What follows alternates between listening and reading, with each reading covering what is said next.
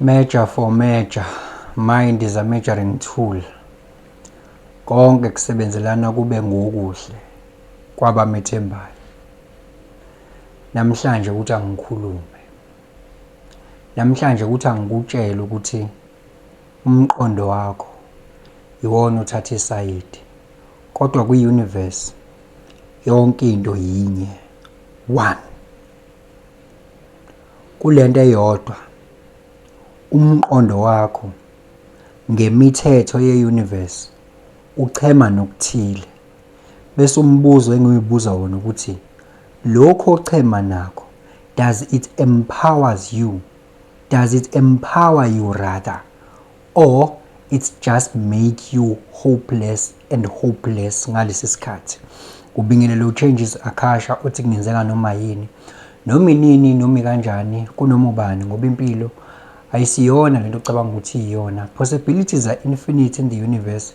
Your own consciousness is your own limitation. Kukude lapho esisuka khona futhi kukude lapho esiya khona. Beka phansi umoya ungatatazeli, uyabona. Kwi-spiritual domain, kwi-spirituality asikho isahlukaniso. Kwi-spirituality ayikho measure, there's no measure. Kodwa if you come down la kwa-physical, there's a measure. This is the Maya that we are living in. What is the Maya? The illusion. What creates the illusion? The mind. What is the mind? The measuring tool. Angithi uyazi ukuthi there is only infinite now. There's only one now, infinitely. Then your mind compartmentalizes that. That infinite now is being compartmentalized by your mind. Kuma segments la wabiza ukuthi wena isikhathi. Anasipheli nje. Asipheli ngoba is infinite vele. Yabona? Imeasure ke leyo. Umeasure ngani ukuthi bekuyizolo, izolo namhlanje. Umeasure ngengqondo konke lokho. Kahle ayikho leyo nto, concept. Angithi surely lokho siyakwazi. Khona la ngibheke khona nalento engikhulumayo. Ngibheke kuwena.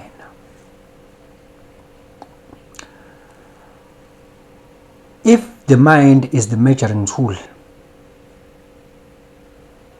kusho ukuthi umqondo wakho iwona ochemayo. Vele bekumele kube khona lento ekuthiwa isikhathi ukuze kube khona le physical reality. If there was no time, we wouldn't have this. Because movement involves time. When there is a movement, that is when time was born in the movement. Because it takes time to move from one point to the next. And to move from one point to the next, it means now that is duality. That is why laba bakhuluma nge-Big Bang theory, they say there was this single point. This point became hotter and hotter and hotter. This point occupied no space and time, things like that, and then it became hotter and hotter and hotter, and then it busted, and all these things that you see, they come from that one point. So konke kunye. Nothing happens in isolation. Yes. Konke kusebenzelana kube ngokuhle, konke kuyadingana, because the universe is only one. There is only one thing. Whenever that you say it is this and that, it is one. Whenever the same water was phone, it's still part of the journey. Konke kusebenzelana kube ngokuhle kwabamethembayo. It's still part of the journey. But your mind, wena decidayo ukuthi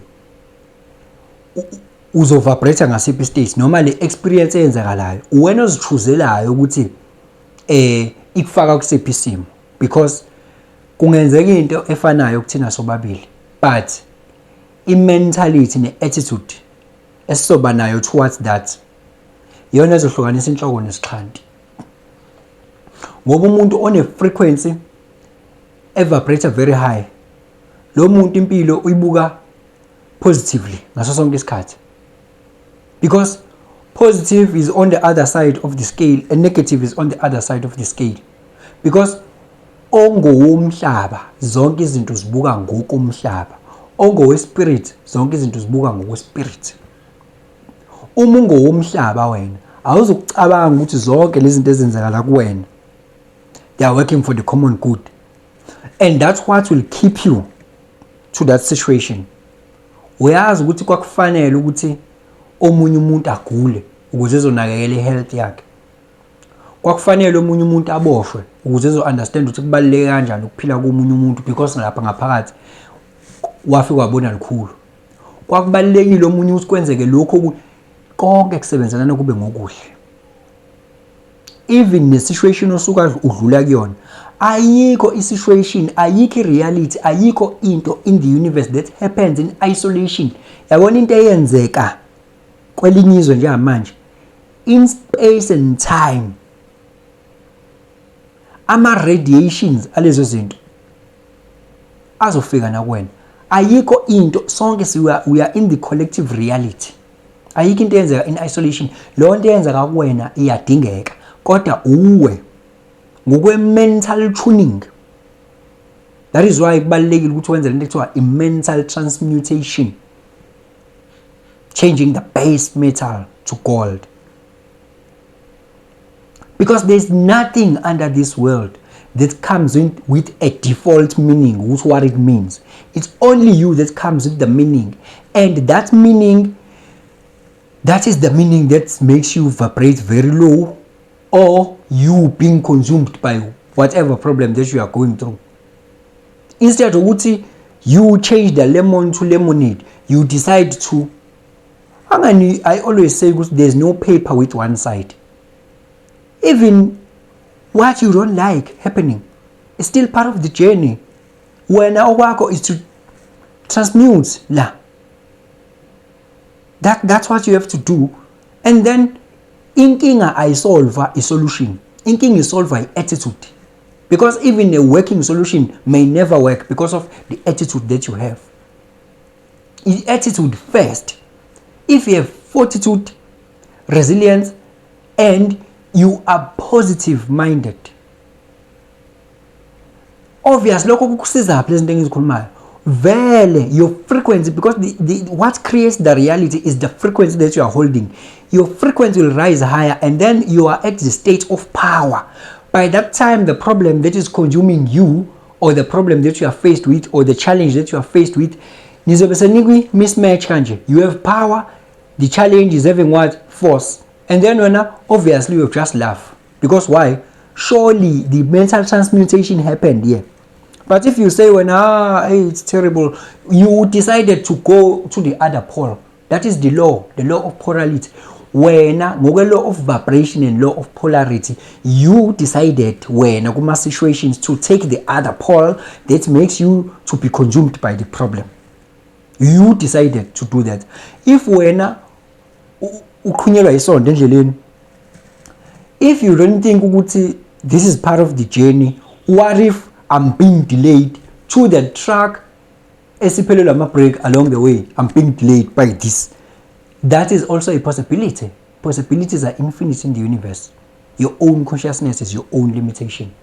And when you think the situation that you don't love, the situation that is undesirable, is still part of the journey.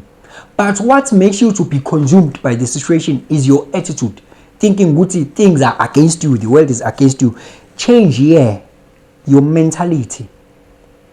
Plana ke iba nama solutions bese uyakholelwa kulo ma solutions. Obviously into solving inkinga la i-attitude.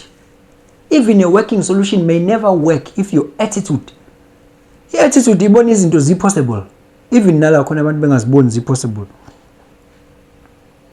Konke kusebenzelana kube ngokuhle, naloko ongakufuni kuyafuneka. How city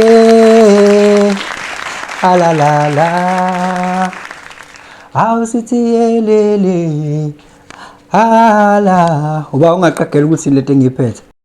Sekuze kwahlangana, aningibongiseni halala, aningibongiseni. Sekuze kwahlangana, aningibongiseni halala. Yini le engiyiphethe? Bhala lapha kwi-comment section.